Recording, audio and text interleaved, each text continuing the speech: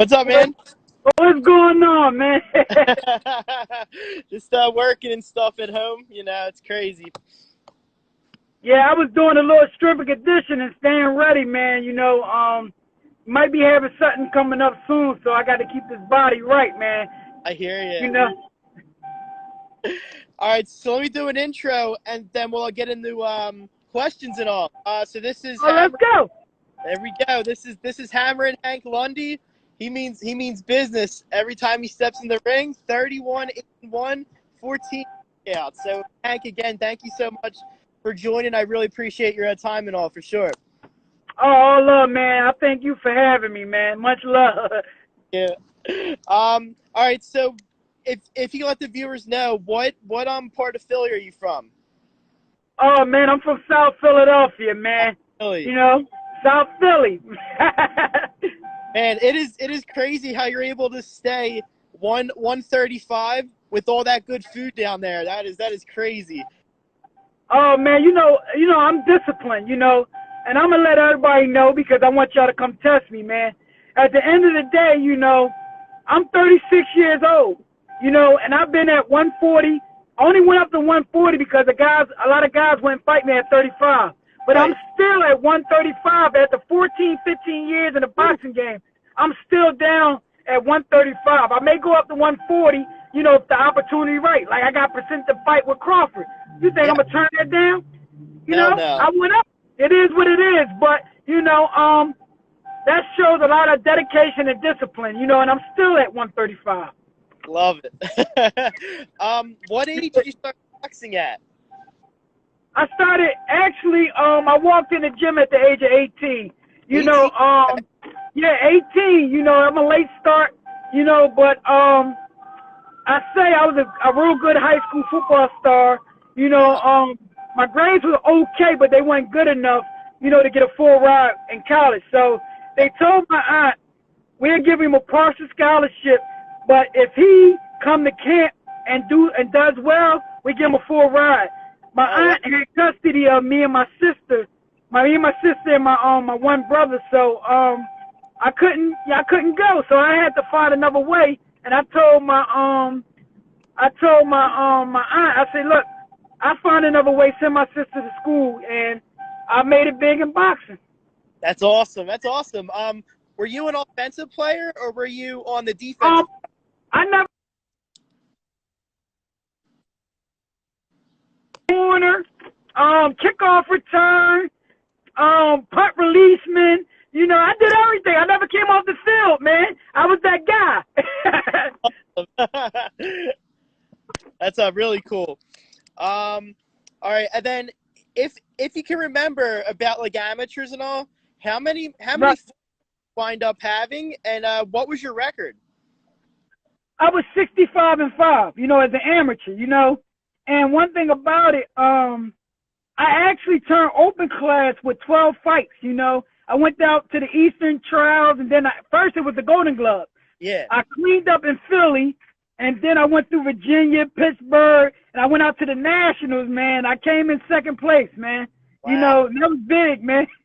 That's awesome. That's crazy. Now, I usually like to ask this a lot, too, because I got a lot of answers from, like, Stephen Fulton Jr., Steve Cunningham.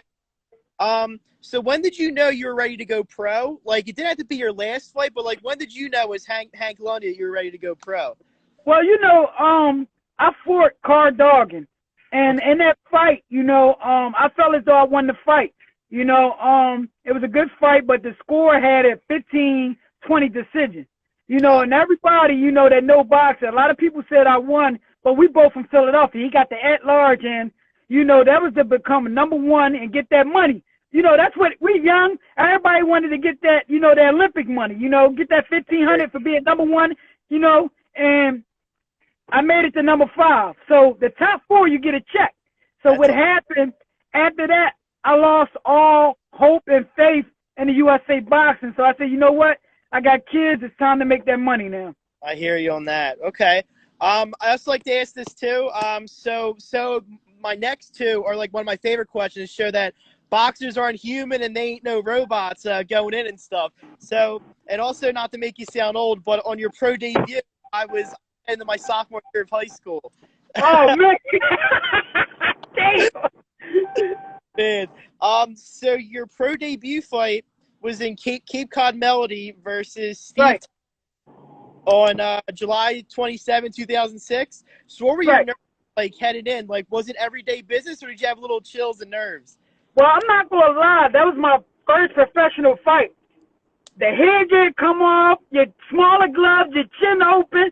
So, your first professional fight, you train mad crazy. I believe I came in that fight like 133, and, you got nerves, but I had a devastating left hook. I knocked that guy out cold. They had to get smelling salt to wake him up, man. So funny. Yep. So you had a first round knockout. So like after that, like were you like, wow, like I could really bang with them, or Yeah. yeah, Well, after that, I was throwing in tough. It wasn't no regular career for Hank Lundy, whereas though, my promoter was building me up. I was throwing in tough from the rip. And that's been the story of Hank Lundy. I'm still not, with no, well, I have a lady now that I'm signed with DD Promotions. She's doing an excellent guy. Alexa, an excellent job, but she know I don't like to fight no bums. When I first signed with her, she wanted to give me a guy that was 35 and 20. I said, no. She said, Hank, I love you. She said, at the end of the day, you are different. I said, I don't like fighting no guys with no football record. That's what I call it, a football record. So yeah. we got a guy 27 and I think 4-3, and that's what I want. I want somebody with a good record, that's gonna come in there and fight. You know what I mean? My last fight was February the 29th at a tough Argentina, and I took him to school. And most people don't know, a week before that fight, that Saturday, I cut my hand real bad. I had to get 5 or 6 stitches. I took the stitches out early, put some makeup on my hand. My cut man glued it with the with the medical glue. Yeah. Right that night before the fight. And most people didn't know I just had stitches in my hand. My hand was ripped open. Ripped open bad. And I fought like that. You know what I mean? I'm a real warrior and I'm a real dog, man, when it comes to this boxing, man. Yeah, I know. Was the cut in the inside of your hand, or was it on the outside? The inside of my hand, right on the palm of my thumb. Oh, and like yeah. if you look closer, you can see the little mark right here. You can see it. But I'm a dog, man. Listen, I fought with a broken rib. I fought with 2 broken jaws, and I still want to fight, man. So all these fighters that, I'm injured, this and that, y'all can't tell me nothing because I did it all in the ring. Nope, exactly. So my next question. So you started out like a house on fire. Oh no, I'm sorry. I'm gonna get into that next. So your first 3 fights were out of Philly. So, right.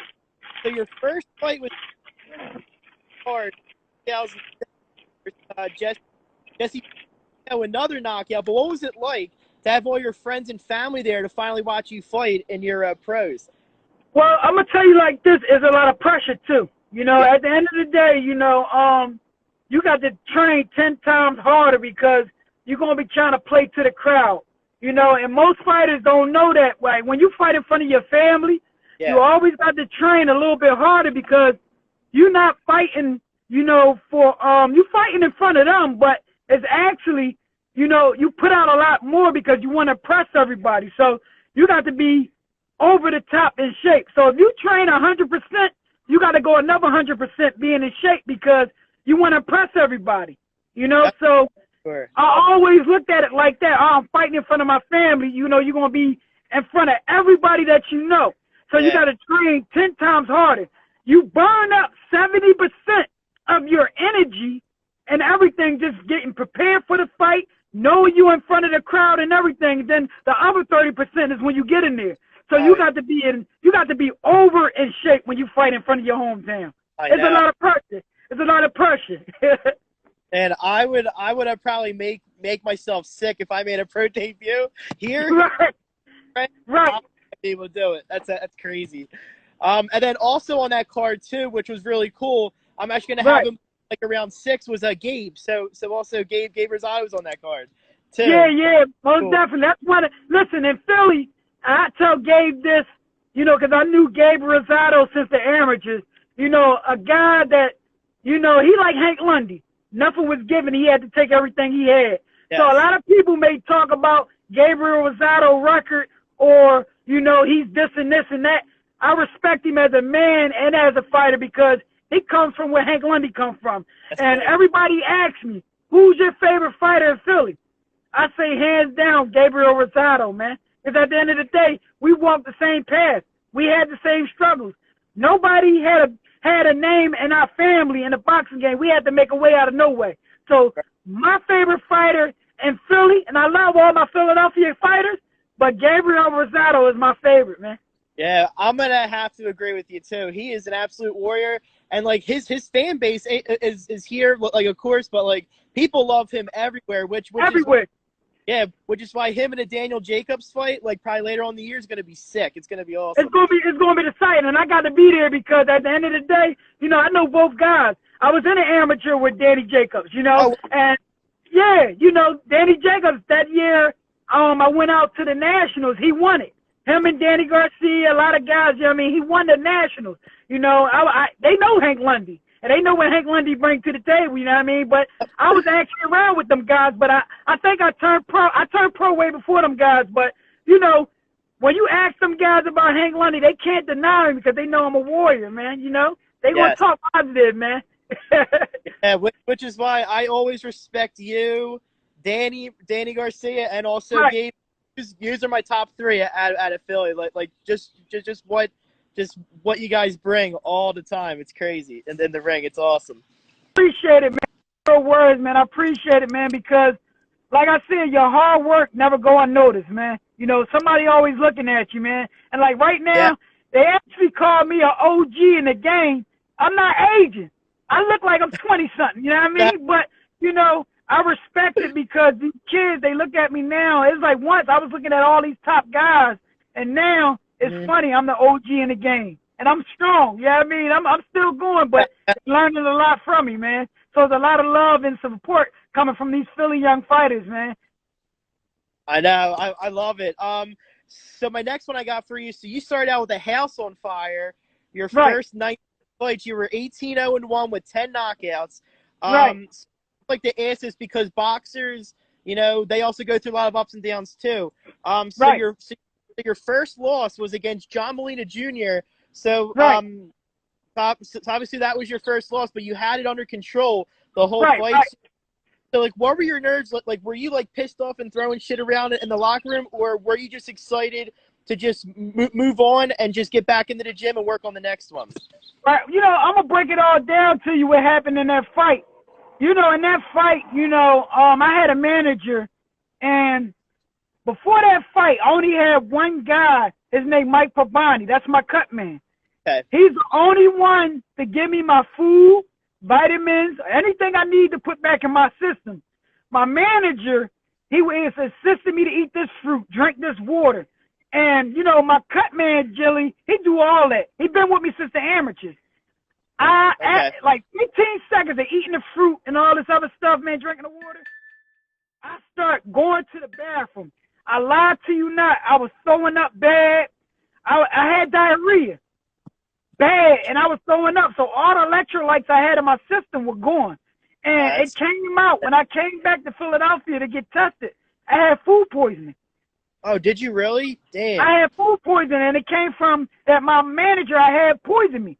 And then the flip side of this, I found out his wife called his son that was with us. You know, your dad just took $250,000 out the bank. He betted against it. I found out he betted against me. And when he won the money, then he put the money back in the account. And he walked away with $250,000. So he drugged me. But Hank Lundy is a warrior. I had my trainer there, Sloan Harrison, you know, one of Philly's top trainers. He said, listen, he said, do you believe in me? Like, whatever it was coming out my pores. And he was like, he was telling Jimmy, he said, something not right. And Jimmy said, do you want me to call off the fight? I said, Jimmy, I got to feed my kids. You know, so I went out there and fought. And I told my trainer, I feel weak. I don't feel good. He said, Hank, do you believe in me? I said, yeah. He got me through that fight. And I was beating the brakes off Molina. I am not going front. Molina caught me with a devastating hook. He closed his eyes and he caught me. He put me down. Hank Lundy got up. He said, and I've been in camp with Molina. And Molina said, yo, when I hit you with that hook, I thought I knocked you out. When I hit people, I knock them out. He said, yo, you got back up. You got back up and kept on fighting. He said, yo, he told people to this day, he said, that's one of the reasons why I never gave you a rematch, because you're a tough son of the gun. You know what? The referee, if you look at the fight, he caught me, but the referee, I think he stopped it prematurely. Everybody seen that. They took the fight from me standing up on my feet. That's crazy. If you look at all my fights that they say I got stopped, you never see nobody had Hank Lundy knocked out on the ground. Like Crawford fight. Me and Crawford was fighting. I was beating him the first 5 rounds. He caught me. I went down okay. But they took the fight from me standing up on my feet. Yeah. I'm like, well, I'm fighting for 3 world titles. Let me go out on the ground. But they know Hank Lundy always got a chance of coming back. They do. You know? Yeah, Hank, that is wild. Like, it probably took all you had not to go kick the shit out of that guy. That is. You know, it messed me up. I got away from him, and then later on, I had a fight where I was supposed to fight Lucas Matisse. Yeah. You know, big money, and the fight guy ended up giving it to they gave it to Darnell Giles. No, not Darnell Giles. What's his name? Oh man, Jay Prince had him. Because I wasn't signed with Jay Prince at the time. I was going through paperwork to get from my manager, but later that year when I got the contract, I signed with Jay Prince. Mike Dallas. They gave a fight to Mike Dallas because nobody heard from me, but I got the paperwork stating that I could fight because we had to go to court. You know, he was saying that the Golden Boy, if Hank Lundy fight, I'ma sue y'all. So what we did, we had to go to the court, and the court was like, why would you stop a man from trying to fight and make a living for his family? Right. You can't do that. What we'll do, we'll take the money from the escrow. We're going to put the money, your 30% in the escrow account, and when y'all go to court, if you win, you get the money. Wow. Needless to say, I beat him for $250,000. We went to arbitrate, and I beat him for $250,000. But what happened? He messed the fight up because my team couldn't get back to him in time, so they ended up giving the fight to Mike Dallas, and you know, in court, I beat him for $250,000. You know? Yeah, man, that is a crazy story. That's insane. Like wow.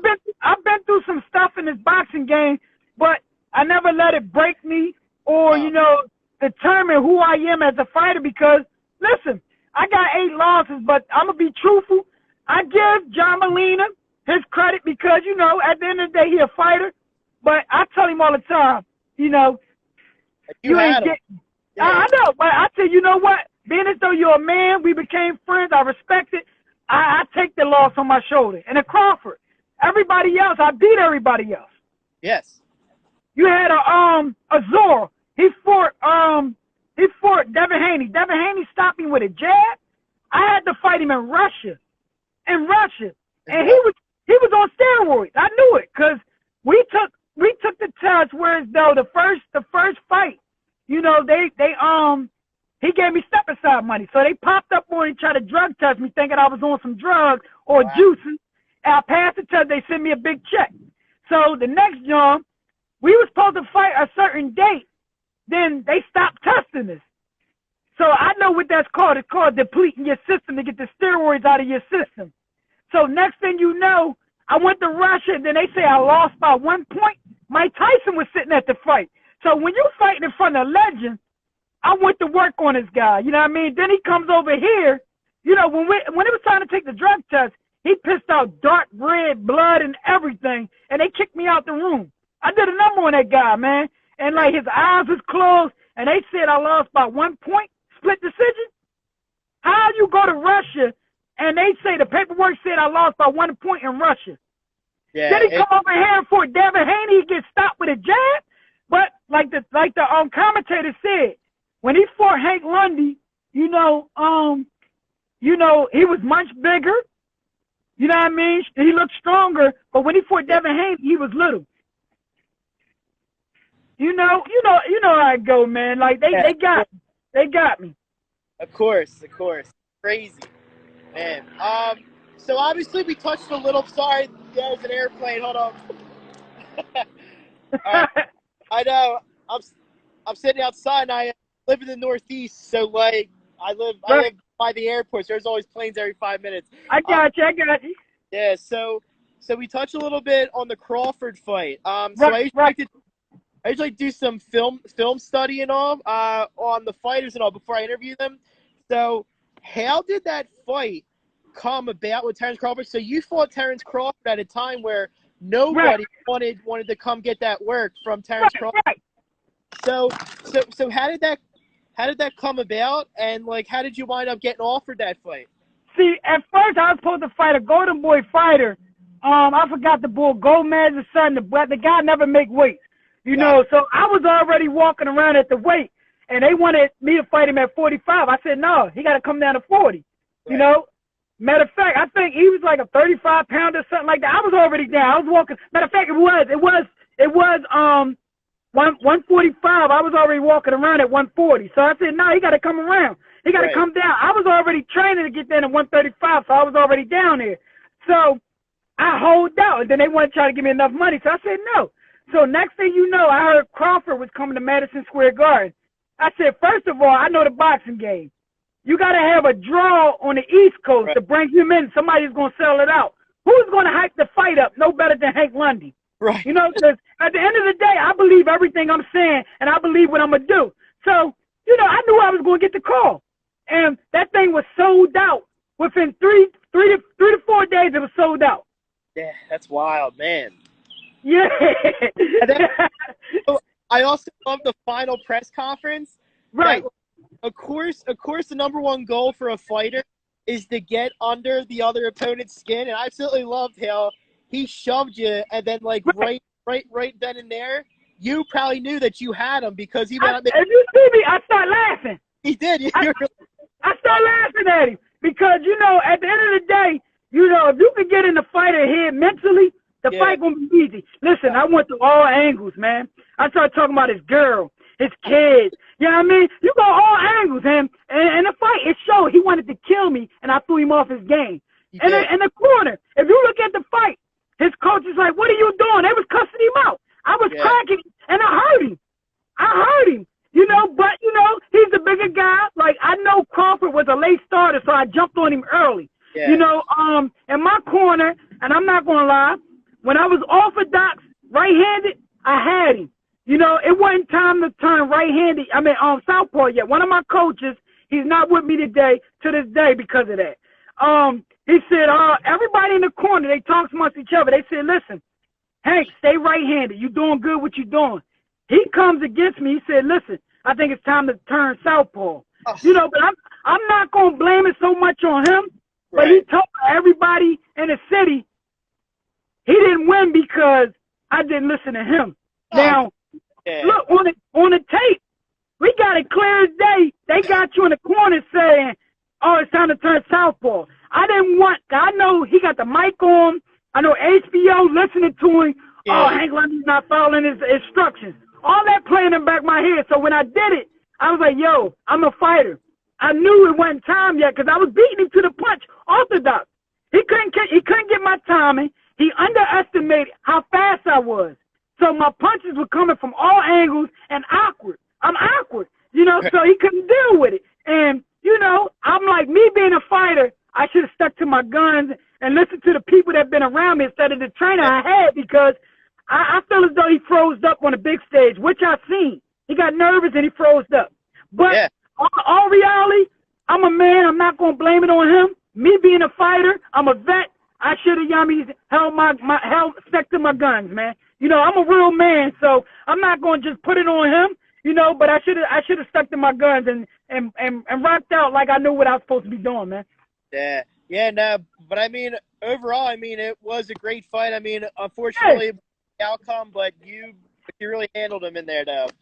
Right. And like, you know, and after the fight, I guess Crawford thought I was going to hit him or something. You know, we locked eyes as soon as he got out the ring. I looked at him. I said, he know I'm a dog. And he just looked at me with his eyes wide open. I said, good shit. We going to run that shit back one more time. And he looked at me like, this guy crazy. No, you got to understand, you know, a guy that never had nothing given to him had to fight for everything, it's a different type of fight when I get in that ring. If you look, most of these guys that I fought are never the same. They never the same. Never the same. I fought some guys, they never the same. I'm going to give Darnell Jobs, I fought him young. You know, he was never the same after fighting me. You know, I do things to fighters, man. Like, when I'm fighting, I'm really fighting. Yeah, for sure. For sure, definitely. So out of your 31 victories, what would you say was your favorite one? I had some big fights, man. You know, I'm gonna say Danny Williams. Okay.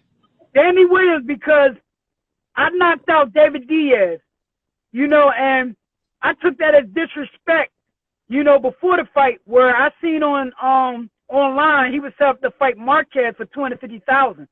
Oh, wow. And I'm like, y'all writing me off? Y'all think this guy gonna beat me? My promoter, Jimmy Birchfield, didn't make it to the fight. He's son of representative. So I'm like, they throwing me away to the wolves. So I told ESPN, I said, look, y'all know Jimmy be at every fight. I feel as though they throwing me away from the wolves. I said, one thing about this fight can't go to decision. If this fight goes to the decision, they're going to rob me, regardless of what I do. I said, this guy got to go to sleep. I'm knocking David Diaz out. That fight I fell on the steps 3 weeks before the fight. My rib, I think my rib was broken because every time I moved, my rib felt like it was floating in the inside. Before that fight, you know, my car, I couldn't get no cortisone shot or nothing because I got steroids in it. I felt hurt. When I was sparring, I had to tape my a pad up to make sure I wouldn't get hit there. And this is what I tell you, I'm a dog when it comes to this fighting thing. The 6th round, when I caught David Diaz, I hit him with that straight left hand. I knew I'm naturally southpaw. Yeah. So when you fight a southpaw, they jab hand is on the outside, is on the same side of your jab hand. So when they shoot that jab, you come right over top. And that's exactly what I did. I knocked him out cold, you know?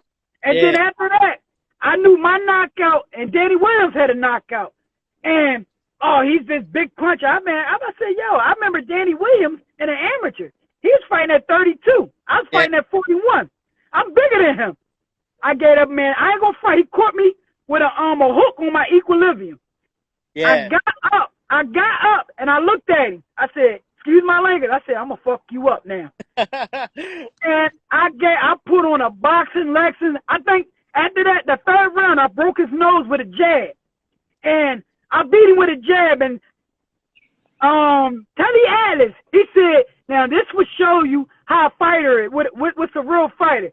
I beat him with a jab. And then if you looked in the fight, I start walking him down. Okay. I'll have to watch that. Definitely. I'm sure it's on somewhere for sure. Yeah, it's on YouTube. Listen, all the great Hank Lundy hits on YouTube, baby. And you know what's funny? The fighters could try to watch it, but listen, Hank Lundy come with a different game plan every time. Right. So you never know what you're going to get from me. Never. Love it. What else I got for you? Okay. So obviously with the pandemic, it slowed all the fighters down. It's also personal too. So what are you trying to do for the rest of the year for 2020? Like, how many fights are you trying to get? And then we could talk a little about 2021. How active you would also like to be too. Oh man, listen, like my promoter, we shooting for something August the 8th. I really can't put too much detail. I'm waiting just for her to say, you know, we got cleared. You know what I mean? The fight get cleared. I'm going to just give you a little hint. We might be on the boardwalk somewhere in Jersey, you know, fighting for 3 belts. But I'm going to tell you like this. We're not going to do 10 rounds because nobody got the proper training. I said, hold up. I got the proper training. I got a bag in the back of my house. My trainer don't live too far from me. I've been working. I've been running, you know. So I'm like, I'm ready to do 10, you know. So listen, don't put me in that category. I'm ready to fight. I stay ready. You know, Hank Lundy is one of them fights. Stay ready. I always learn, and I learned this from Bernard Hopkins, man. You shouldn't let your weight get over 10 pounds and stay ready so you won't have to get ready. You know, when you got a legend like that in Philadelphia, you got to learn and utilize it. You know what I mean? I take a lot of that from Bernard. You know, after the Crawford fight, most people didn't know I had a torn ACL when I fought Crawford. Listen, I ain't hold no punches. I came in there and fought. After the fight, you know, I got my surgery. You know, I got surgery. I messed up my meniscus after that fight, fighting on a messed up leg. But, you know, I don't cry about nothing. You know what I mean? A lot of people, oh, man, you lying. Listen, I put up a video with the surgery, man. Listen, I'm a dog. And Bernard seen me in a book bag giveaway. He was like, oh, you big. What happened? I said, I had surgery. He said, you shouldn't have got that big. So when Bernard got on my butt about that, I said, never again. I stay ready. I hear you. I wish I could say the same way, but the pandemic maybe put a couple LBs on that fight. Oh, man, I'm not going to front. You know, since I can't hit the gym like that, you know, I get in the gym. I do sparring. I got a guy coming down from New York Wednesday, supposed to be coming to get me sparring. And, Nice. you know, at the end of the day, I get in the gym when I can, but I'm running 8.5 miles, you know what I mean, 2 times a week, you know, and I'm always running, so I'm keeping my body in shape. Like the day I did strength conditioning, I'm getting back, man. I'm getting back ready because when the pandemic over, when they give me a call, they got hell to pay. I'm anxious to fight, man. I'm ready to fight, man. I feel you on that, yeah. Now, it's really good to hear that you have something lined up for potentially August, because I got a really good feeling that we're going to see a lot of cards opening up locally in August. It's like looking really, really good, I feel. So that's awesome. You know, it was something thrown out there about me fighting Phyllis Venango with Top Rank, but Oh, wow. it didn't happen because I feel as though at the end of the day, I know y'all had money in him, but I feel as though Top Rank throwing him to a wolf like me, you know, Phyllis Venango didn't never, you know what I mean, progress like Top Rank thought he should have been. So I was thinking Top Rank trying to get him knocked off. You know what I mean? But at the end of the day, we were supposed to fight in Top Rank, you know, gym. Not this card, but next card. I think it was June 1st or something. But, you know, I didn't take it because it was only $10,000. I said, look, Hank Lundy got a name, you know. I got a name, so I deserve more than that. But, you know, they wasn't budging on the number, you know what I mean? So that's why me and him ain't locked in. But I always wanted to fight him, man. And I'm trying to tell you, I would stop him. I would stop Phyllis Venango. So I hope, you know, Top Rank come around with him and try to give me that fight again. I stop him. That'd actually be cool. Now, do you consider yourself like a gatekeeper, meaning that like that all the prospects are gonna probably want you in order to fight like the Ryan Garcia and all, or potentially a Tank Davis and all? Like, do you consider yourself a gatekeeper? Because also you're like a couple fights away from getting a world title shot again. Well, I'm not a gatekeeper because on the flip side of that, you got guys like them that don't want to fight Hank Lundy. Right, they promoter not going to get you know what I mean, put them in there with me. Listen, I got 31 wins. My 31 wins and the name on my resume, that's a strong record. We ain't talking about guys that, you know what I mean, been built up. A guy that been built up. I got a strong 31 wins. When you looked at my resume, I fought fighters and I didn't have a big time promoter. And I beat names. So at the end of the day, I'm not a gatekeeper. Listen, look, the world may say, because you know how the fans talk, but these promoters are not going to put their fighters in with a Hank Lundy. No way. They know I'm a dog, and I got to tell them, I'm 36 years old. Y'all young. Come see me. Come see me. If I'm so old, put your fighters in there and tell them to come see me. Right, exactly. And, like, obviously they don't want to have their prized possession get that first L, but they should want them to fight you after 5-6 fights in because they're going to know what it's like to fight in the whole entire 135. Listen, so. And one thing about it, they test me. I'm telling you now, I'm knocking them out. Now, I'll put it like this. No more of my fights are going to distance. And if they go to distance, that guy was a great guy. You know what I mean? He put in work, but he ain't going to beat me. I'm on something different now. I'm telling you, like, nothing beats experience. I'm 36, and I'm still fast as a cat. I ain't lose no reflexes, can move around the ring. I know the ring. I'm a vet now. Ain't nobody beating Hank Lundy out here. And I'm like this. Generally, I say, oh, I'm not fighting this guy, fighting up that guy because I'm a vet. If y'all think y'all fighter could get in there with me and do something with me, come see me. I'm one of them fighters, man. I'm a throwback fighter. I don't care where we at. We can fight outside. We can fight in a phone booth. I do it all. Get it. I run from no wreck, man. No wreck. I want it all. What they say? I want all the smoke. I mean, I want all the smoke. Come see me. And they know I ain't just talking. What's up, Ty Barnett? That's my guy over there, Ty Barnett. I've been in the ring with him, man. You know, that's my guy. I see you watching, man. You know. That's awesome. All right, so I got 3 more questions for you, then I'm going to let you go again. Thank you so much. I really appreciate man, your it's time. all love, man. Let's get it anytime. Let's get it, man. All right, so this one's a fun one. It also makes me feel how awful of an eater I am, too.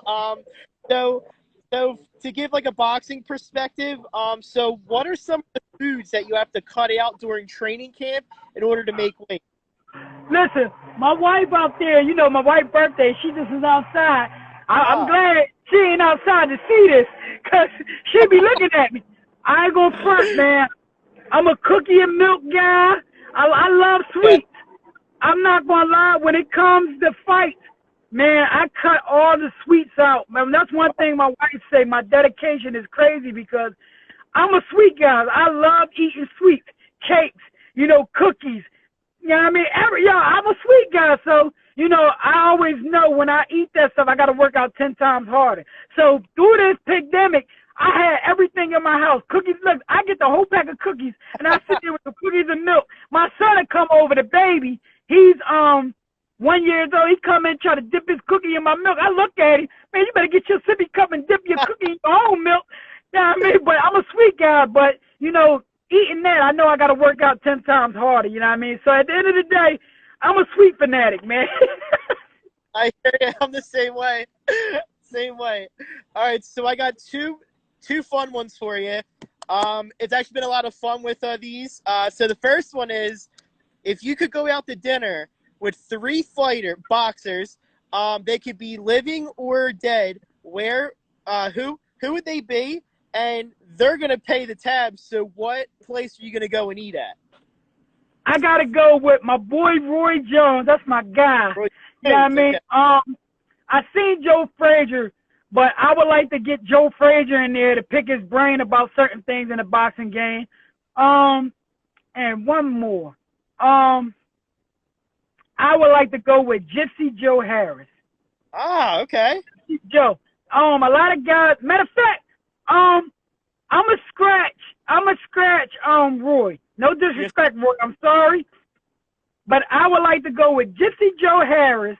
You know, a lot of people said, you know, I remind them of sparring. I used to laugh in the ring at fighters. You know what I mean, the movement. I say Gypsy Joe Harris. What was the other one I named? You named Joe Frazier. Joe Frazier, and it's another one. Hold on. Gypsy Joe Harris, Joe Frazier, and Marvin Hagler. I got to go with Marvin. I got to go with Marvin because I see a lot of myself, you know what I mean, with Gypsy Joe Harris and Marvin Hagler. Hagler, man. I got to go with Marvin, man. Okay, and then where are they taking you to eat? Oh, man, listen, we go out to eat anywhere, you know what I mean? It don't even matter, man. You know what I mean? I just want to pick their brains, man. You know, cool. Like Marvin Hagler dealing with coming to Philadelphia. He came to Philadelphia and beat some of the greats in Philly. So I had a lot of love and respect for Marvin Hagler, man, because of what he did, you know what I mean? And he came into Philly. Most of these guys don't want to come to Philadelphia, man. They don't want to come and see him. Marvin Hagler did. So I got to take my hats off to him, man. Yeah, those are awesome choices. I actually like them a lot. Because, you know, a lot of guys will say Muhammad Ali. I got love. I appreciate and got a lot of love and respect for Marvin Hagler. I mean, for Muhammad Ali, but them guys right there are dogs just like Hank Lundy. If you look at them guys, you see a lot of Hank Lundy in them. Yeah, for sure. So my last one's kind of a poll that I've been doing since I started this little podcast thing on Instagram. Right. What's your favorite Philly cheesesteak spot? I'm gonna say Jim's. You know, I'm not Jim's. But I'm gonna be real. Listen, I can make a good cheesesteak. When you live in Philadelphia, you can make a good cheesesteak. All you gotta do is have the right bread. You know what I mean? The right bread, the right mayo, and you can go all day. You know what I mean? But I say gyms. I'm gonna keep it gyms, you know. But I try to stay away from them because I'm a fighter. You know, most of us Philadelphia fighters, we don't eat them. You know, and that's funny. We have them, but we don't eat them. But my go-to is a chicken cheesesteak. I try to keep it a little healthy. Yeah, that is like my weakness. So I could go the regular one, but I do love my chicken cheesesteaks and even the cheesesteak hoagies too. Right. All right, well, Hank, thank you so much for your time. I'm gonna definitely be there in August if it happens. Definitely just keep me posted and all, man. Appreciate you. Right. Thank you so much. I got you, man. I'm watching my surroundings. Somebody looking at my wife's stuff outside. I don't play that. You know what I mean? I want jealous husbands. I don't play that. You know what I mean? Make me have to knock somebody out. Say, no, I appreciate you. Got love and respect, man. The next time you want to get on an interview, let me know. Man, let's get it. Appreciate the love and support. Everybody that's watching, man, y'all know, tune into your guy, Hank Lundy. And surely my guy right here that's doing these interviews, man. Amazing guy, man. Much love and respect, man. Yep. Thank you, Hank. Appreciate it. My guy. All right. Talk to you later, buddy. I'll see you, Hank.